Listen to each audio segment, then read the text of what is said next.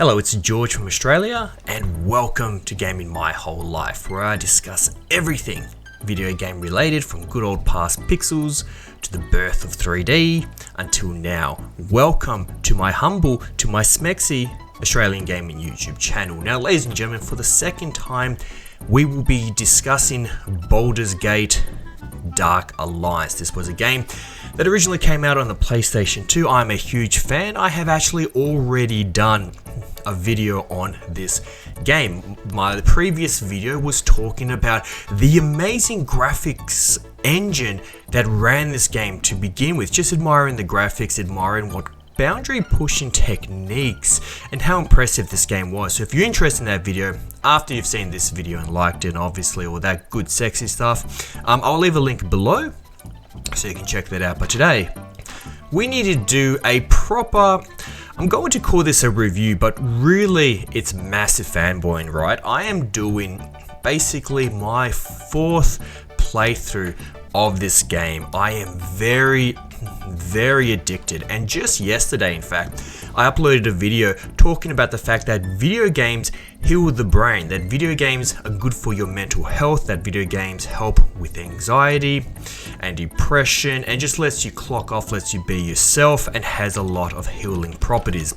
This game sort of falls in that category, to be honest, because it's simple enough that you can play it without thinking too much, but advanced enough where you're not going to get bored. So basically, I'm just going to play this game in front of you sexy ladies and gentlemen. I'm going to explain the base mechanics, and we're just going to nerd it out. Now, if you're new here, be sure to subscribe and hit the bell notification. Reason being, no matter how much you like this video, the algorithm does hate me. The only reason why I exist is because I am stubborn and dedicated and extra passionate. So hit the bell notification after you've subscribed, because yeah, it'd be a darn shame if you never hear me again. So let's go over some of the basics. This is obviously bird's eye view isometric game. You have three different characters that you can play as. You can play as a dwarf, who is more the, warrior barbarian type. You can play as a wizard, and in front of you, you have my archer, right? This is an RPG, so you can level up. I'm level 15. I'm in the later area of the game. And you only have some basic things you need to keep a lookout for, right? You have your long range attacks. So I have this wonderful bow that does 2469 damage. It has an ice effect. So when I do a critical hit, they explode in ice. I can also switch to this very nice serrated mithril scimitar, probably pronounced that wrong, fancy ass looking sword, and I have 512 bows. What's awesome is at the touch of a button, you can swing between both of these. So when an enemy is at a distance, you're going to be firing away, and when they get close, maybe you want to do that.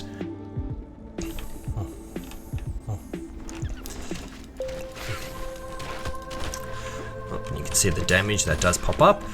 Now, I'm the bow guy, right? So I have invested all of my upgrade points. See how they became ice? Broke into pieces. Very cool. You may notice also the water physics, which was very impressive. It was actually an exclusive feature to the PlayStation 2 to have these sort of real-time ripples. Very nice, right? Very nice. Now, this was like Diablo 3 before Diablo 3 existed. So I can pick up different items. You go from room to room. You try to survive. I'm playing this one on normal mode. I've been there with the other two characters, and I'm currently replaying with my mage on hard mode, right? It's quite fun to learn all the tricks of the trade, feel you have everything together, and then come back. See, if you run around a circle, they can't hit you. Little loophole I've discovered. And then lets you get them in the back.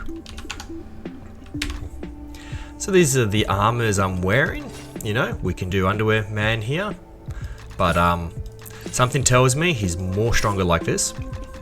And I just picked up this helmet. So this is 12 armor plus 5. Ooh, that is very good. That is much better than my other helmet. And it's cool that you can change the visual design. I like that you actually see what you've done. So this page here, right, is all of your many skills. And it's very cool because, as I said, you have 3 different characters to choose from who play all very differently. And the fact that you have all of these different options, different abilities, different buffs, different strengths. You know, if I wanted flame arrows, if I wanted ice arrows, shock arrows, if I want to enchant my arrows, if I want my arrows to explode, or maybe I think other things are more important, as I've done here. So for example, I have maxed out this feat increases the chances of scoring a critical hit. I feel that's very important. That's why I've also maxed out this feat causes critical hits to deal more damage. So you know earlier when you saw our friends, you know, become ice and then shatter, that's because I chose to invest in these, and also combat reflexes lets me attack much faster. But we all have different tastes, you know.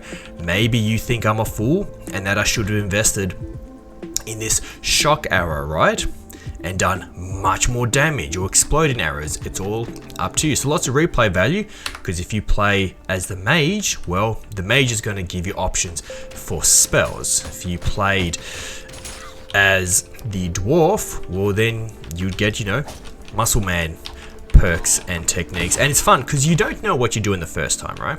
You don't know what you do in the first time round, and you can just use up so many hours, right, as your technique improves.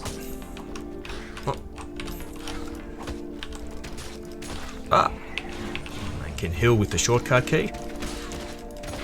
Oh, that guy's strong. Let's get a good distance from this angry fella.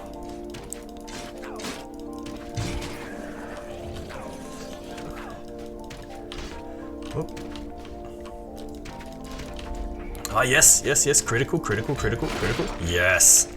See, that pays off. And even the ice blocks have their own physics, which is pretty darn cool. I hit the 1 button, I get my health up. If I wanted to use special abilities, like my flame arrow, I can absolutely do that. And see how it breaks apart in pieces, it lights up the areas. Very good effects. Again, that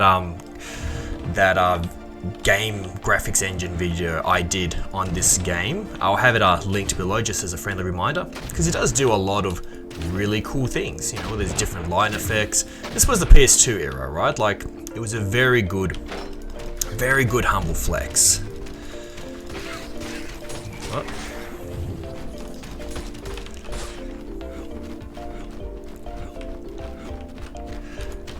Darn you. Come on. Get some snakes behind them. Don't stand still. Oh, nice.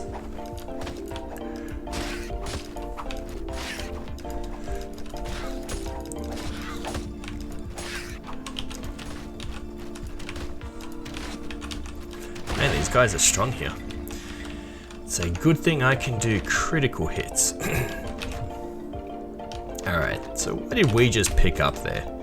Oh, 7 to 20 plus an ice thing?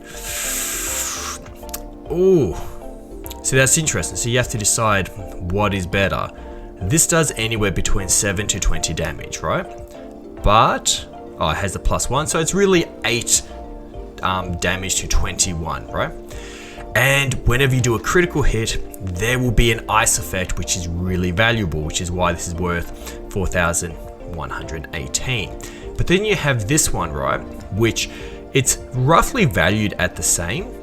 It has no ice effect, but it's a guaranteed 21. So it's like, which one do you use, right? Which one do you keep? I think I'll stay with what I got for now. Oh, our friends have been waiting. Oh.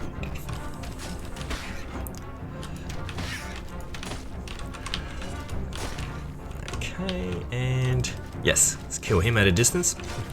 See, I'm the archer, right? The whole thing is to do things at a distance. Like, that is my strength.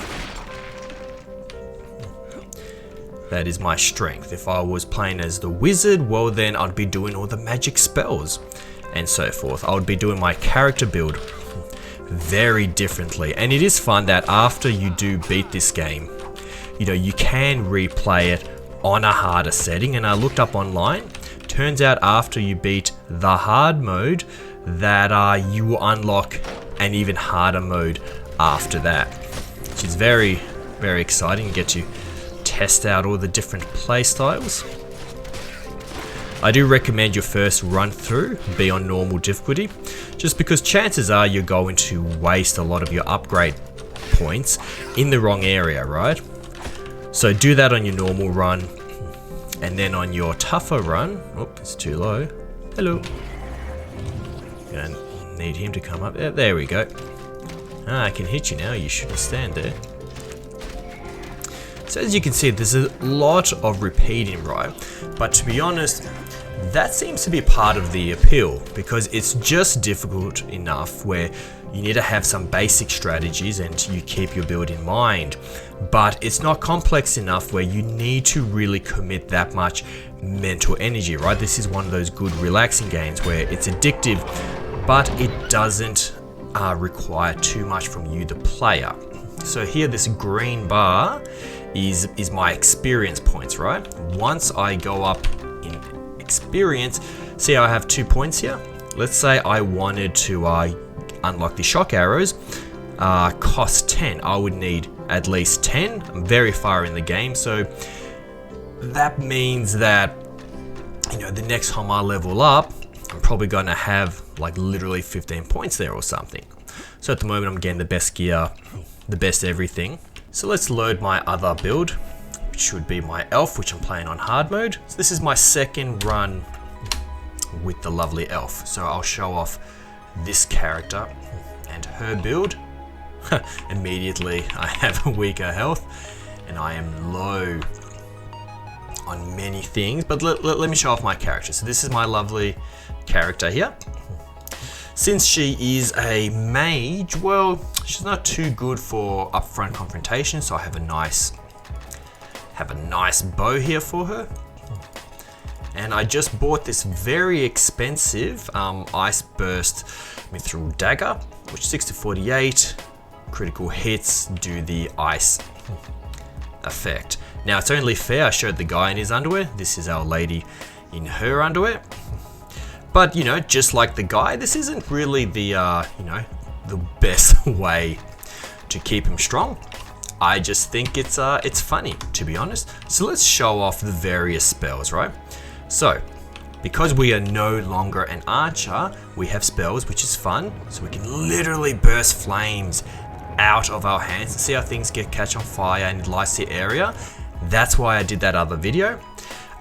One of the basic ones you get, which is magic missiles, is very cool. See how 4 missiles explode out of my hands? If there was an enemy in front of us, it would focus on them. And just like our last character, we can switch between them. We need to be more careful with everything we do because this is the hard build. These potions are used to heal our magic. So this is our health, as you know. Magic is this one, so we need to use our potions. I am going to teleport to our shopkeeper, there we go. And we will sell what we don't need. And we will buy what we do need. Alright, seems I've already done that. So you can buy all these things, you can be strategic. You know, you can find weapons, you can sell weapons, you can find extra coins and so forth. You can be quite strategic, you know, as to where you spend your money. Do you want to get the best armor possible? The thing is though, is that there is just enough thinking to keep this game interesting, even though it's very repetitive. Because for example, my mage, she can't carry that much. She can't carry that much weight. So buying really heavy, really good armor for her isn't necessarily the best idea, to be honest, because if she wears this and it weighs her down, that means I normally can't pick up other things because, you know, she's weighed down. You know, I need to put priority in her spells. So I'm going to buy lots, and you can see on the top right hand corner I have 99, I'm going to say kilos, let's just say she's a tank, and and I buy another one, 100 kilos. She has a max of 130, so it isn't as simple as, you know, buy an infinite amount of mana and use my spells and beat everyone. It's like I can only carry so much, right? Can only carry so much. But let's teleport back into the game. Let's show off how this game is on hard mode. And also you'll notice this one has a shield. My archer doesn't have a shield because you can do everything from a safe distance. For her, I think for now she needs a shield. Let's go. Let's see what... Oh, so you have that nice effect. Those particles that fly off the sword as I swing. Very cool. Very cool. But let's see if we can stay alive. Oh, so he still hits me. Just have to be careful. Oh. Ha! Got a critical hit, see? See, if I hold down the shield button, I'm okay. But if there's more than one of them, it gets a bit sticky. So, even though I'm a mage, I need to pick and choose my moments, right? See, they drop some treasure, which is nice as well. I need to pick and choose my moments because my mana is not infinite. The amount of mana bottles I can afford to buy and carry is not infinite. And you need to decide what spells are the most important. Oh, very nice, very nice.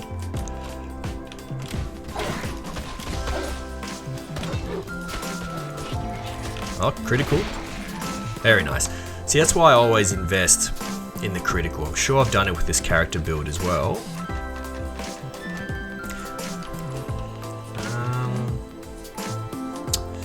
Meditation. I've invested in her. I've invested in her armor a lot. No, in her mana. I've invested in her mana. I've given her more mana permanently, and I've let her mana regeneration be higher than normal because she's a mage, right? It sort of makes sense. And I have my burning hands here. Now, if I invested more damage, it would do. Sorry, if I upgraded this burning hands, like, I didn't actually mean to do that. Oh no. Okay, well, I'm doing more damage now, and I can save, right? Maybe I want to do a fireball. Well, that costs 8. Maybe I want to do a lightning bolt, or a firestorm, or the big one, a meteor swarm.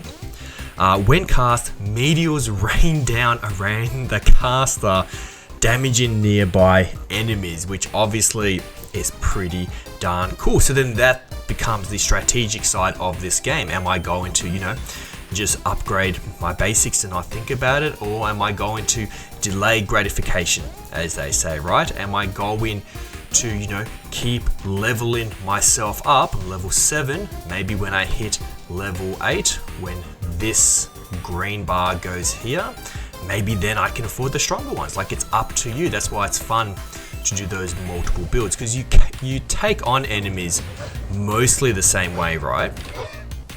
But you realize what spells are better for your playstyle and what spells sound cool on paper and what are actually good, right? There is a big difference. There is a big difference between what you read and what you experience.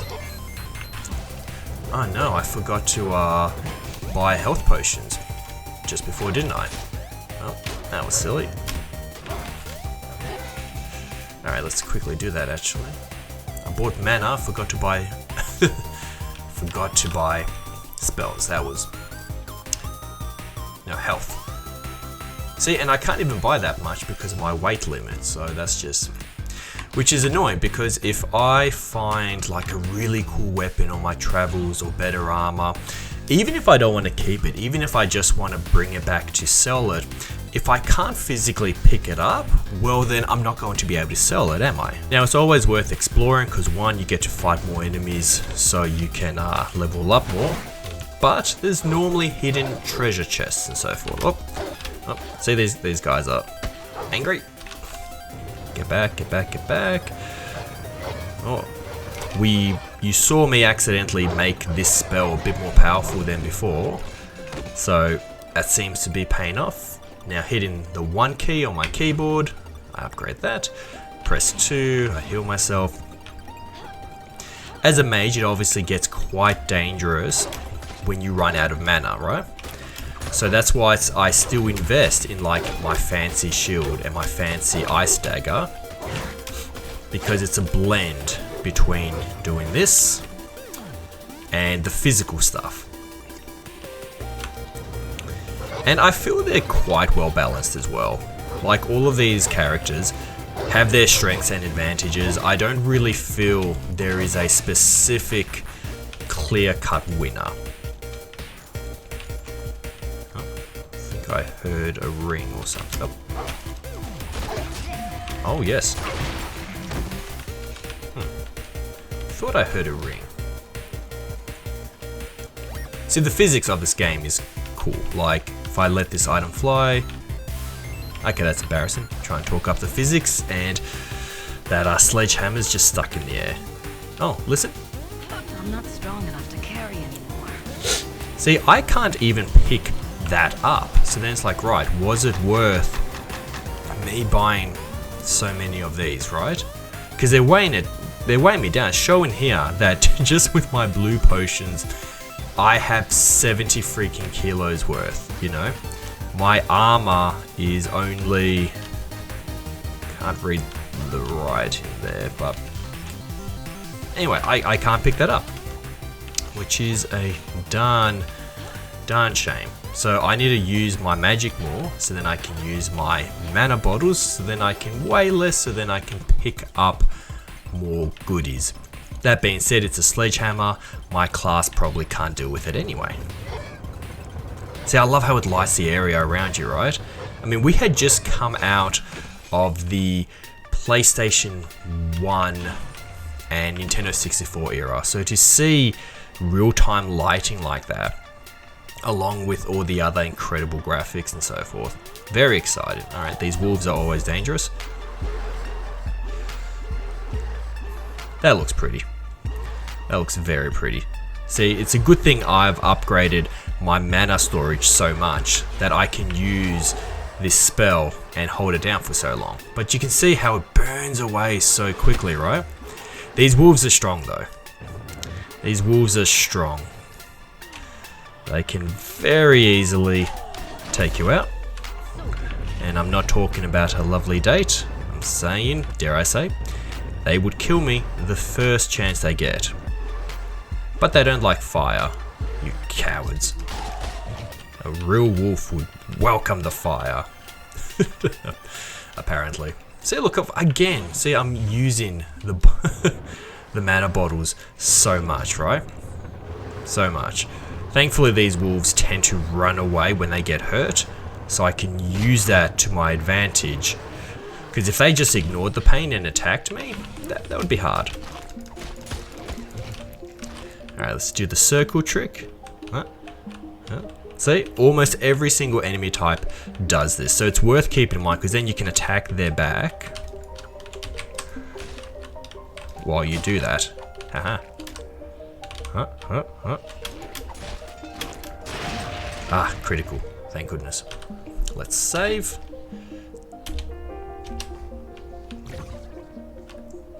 Let's do the other spell, right?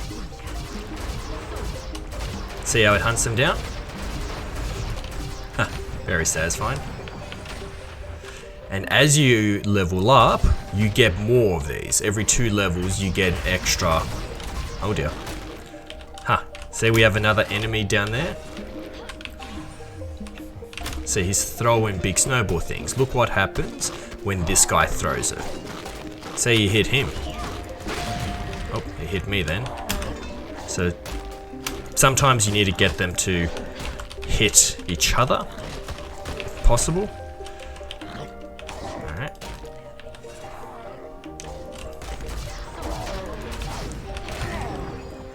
So it's good to learn to anticipate where they're going to be. Dodge them. Ah. As you can see, it's actually quite strong. So I'm gonna try get closer. Oh, keeps landing the hit successfully. I'm not doing well here.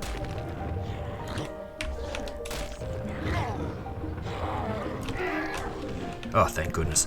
Let's do a quick save. That's something which we do a lot while playing this game. You may notice as well, I'm always jumping. That's basically because it lets the character move slightly faster. Now I have a bow, but it's very rare I have any arrows, and that's because, again, the arrows weigh a lot, and my mage, I love her, she's not good at carrying things, right? She's not good at carrying things, so as a result, I'm trying to let all her carrying, potential go towards carrying my mana bottles, right? Oh, we've almost gone up another level. And notice how, I keep doing the same thing, but obviously I adjust depending on the enemy. That's what's relaxing and quite healing about this game, frankly, right? I know how to go about things, and you will as well, even if you're new. Eventually you learn the greater techniques.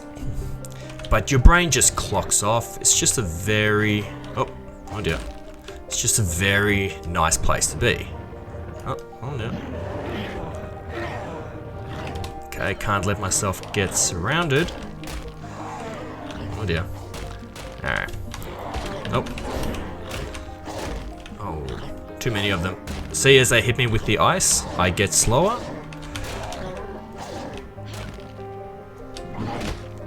Oh no. I've very slowly fallen to the ground. Alright, so let's approach that a little bit better. I'm saving all my leveling up, because the next time I level up, I want to buy a very specific item. Oh dear. Oh. See how easily he killed me with just a couple hits? See, the thing is with this current weapon is it's actually quite short, so in order for me to hit him, it means I have to be very close, which is another thing you need to keep in mind. I may later pick up another weapon that does less damage, but it has greater reach. Look how tiny that is, right? And trust me, it does make a difference. If you get a big sword, then you can hit them without having to go so close. Alright, if I do a fire, see how the shadow, see how it even causes a shadow and lighting around them? That is amazing, right? So these are full 3D models that are still in place. Whereas you play a lot of today's games and the models will disappear very quickly so they can save resources. That was a popular technique even during this era, don't get me wrong, which is what made it so impressive that this game let them all stick around, right? Plus it was great for backtracking. If you were backtracking and you were lost and you saw these bodies, you knew, oh okay, I have been here before. Also, it was just a cool thing because it reminded you how far you have come, right? Like you'll run through areas and you'll just see like literally 100 dead bodies, and that is quite a satisfying thing. It's like, wow, I have come so far in this game. Look at the sheer amount of dead bodies, that are here. Like, it makes you feel like you've accomplished a lot, which I think is really good. Oh dear. Oh no. Can't let him hit me with the ice thing too much. If they do that, it slows me down, does a lot of damage. It's not good. Oh dear. Oh dear. Need to run away. Need to get some space. Need to repeat. But I still need to take things in consideration and be strategic,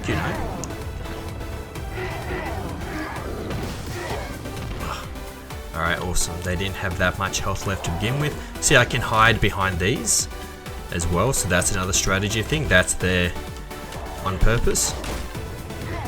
Not nice, you actually hit me. Oh, thank goodness, dodged that, and oh no. Oh, see, I ran out of mana at like the worst time. It can be a bit difficult to keep your eye on them, do your spells and so forth, whilst also keeping an eye on this on the top left hand corner. Hoping that you don't mess up.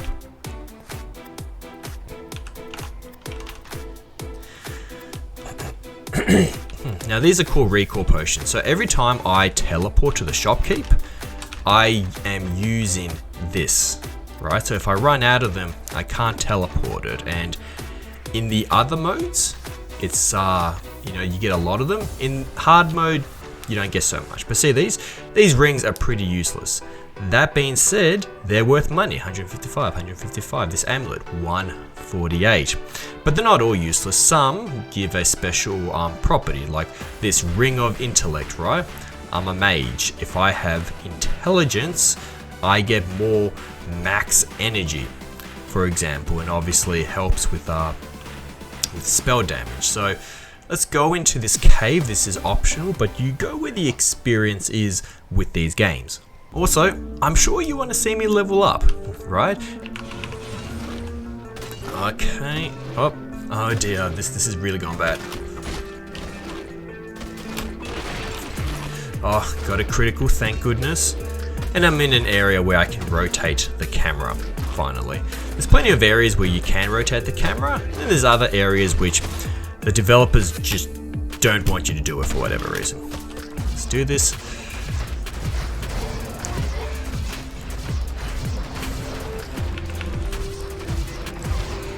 Oh shit, we leveled up. We leveled up, so I'll just beat this guy and we can look at our level up options together. Oh yes, let's do this. Alright, every once in a while you get to choose which one of these you want to bring up. You know, do you want to do more damage? Do you want more arcane energy, which is the blue stuff you use for magic?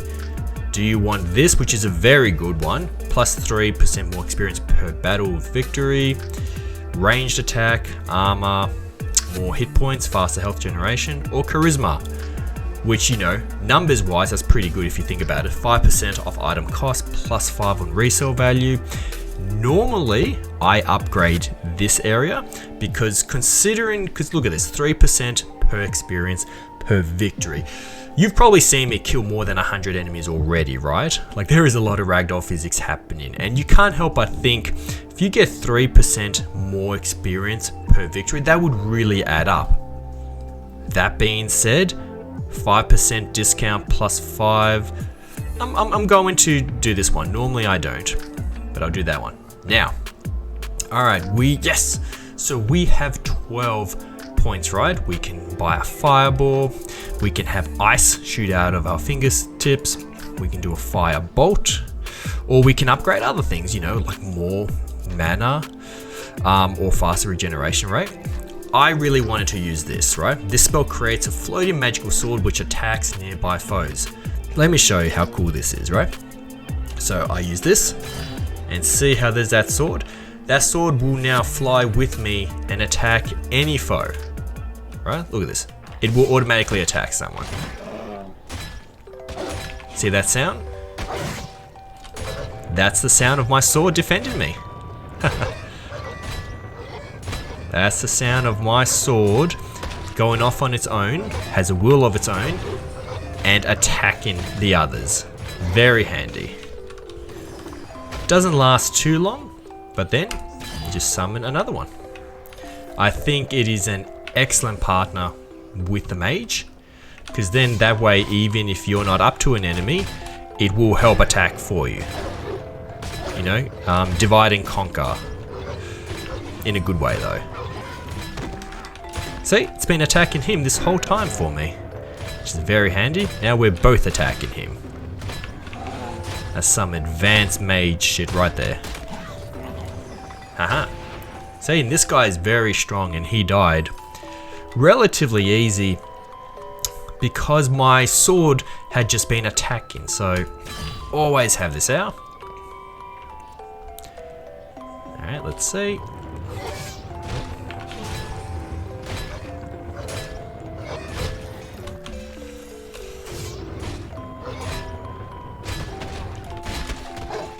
Ah, dear.